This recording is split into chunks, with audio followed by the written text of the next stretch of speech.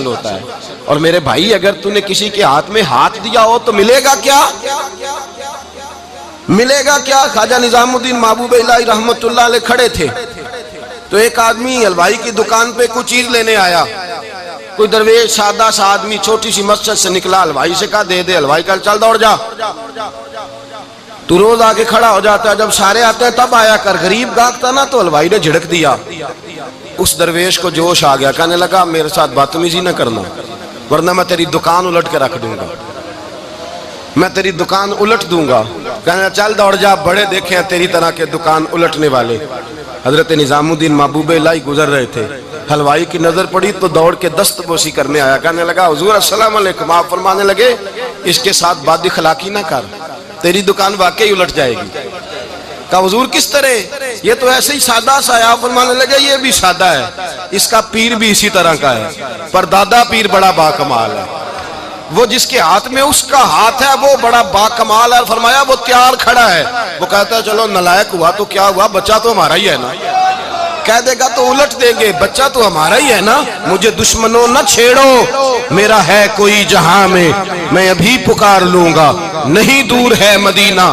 यहाँ कोई लावारिस लोग बसते हैं, खुदा के फजल से हम पर है साया गौसे आजम का, हमें दोनों जहां में है सहारा गौसे आजम का। खुदा देगा मुनादी हश्र में ये कादरियों को, कहाँ है कादरी, कर ले नजारा गौसे आजम का। और इससे मुराद हर प्यार करने वाला है, सिर्फ सिलसिले में आने वाला नहीं, हर प्यार करने वाला कादरी। भाई समझ ले, याद रख, इस बात को परखे।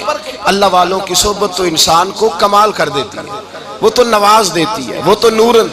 एक बात और है, कुछ लोग कहते हैं कितनी फर्मा बरदारी करनी चाहिए पीर की। मैंने कहा वो रूहानी तबीब होता है। एक डॉक्टर से दवाई लेके बंदा एक डॉक्टर से दवाई ले तो फिर साथ अगली दुकान पे भी चले जाना चाहिए।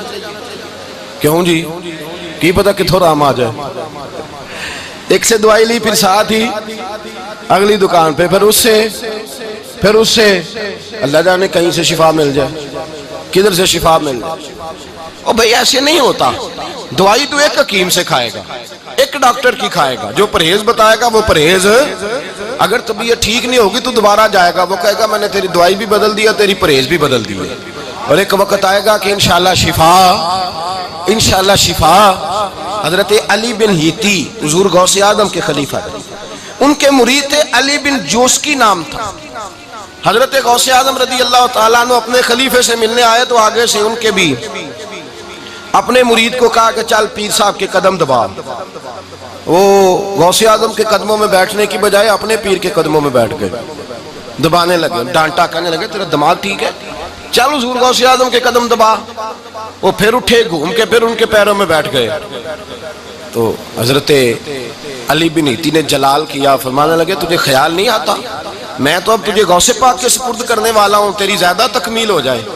जब ये बात कही तो हजरत अली बिन जोश की रो पड़े, चीखे मार के रोए।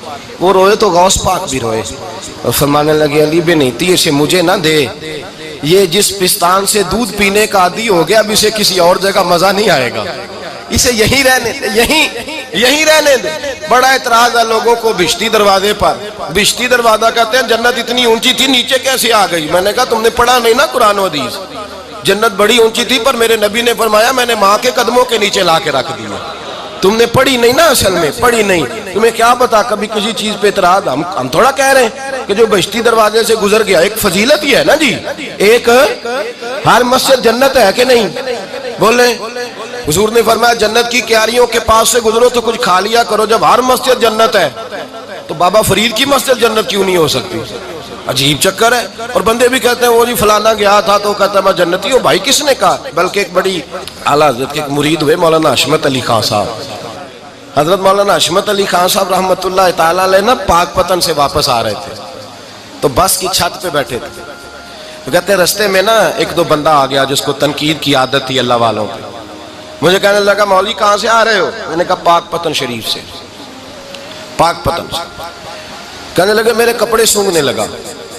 कहने लगा बिश्ती दरवाजा गुजरे हो? मैंने कहा गुजरा हूं। तो कहने लगे फिर जन्नत की खुशबू नहीं आ रही?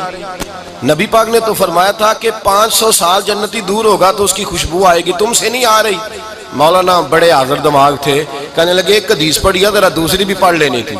नबी पाक ने फरमाया जहन्नमी को जन्नत की खुशबू कोई नहीं आएगी। एक ही पढ़ी है तूने, अगली भी पढ़ लेनी थी। कहते वो बंदा कहने लगा रोको बस मुझे नीचे उतार दो। ये तो कोई तगड़ा बंदा ही जवाब देने वाला।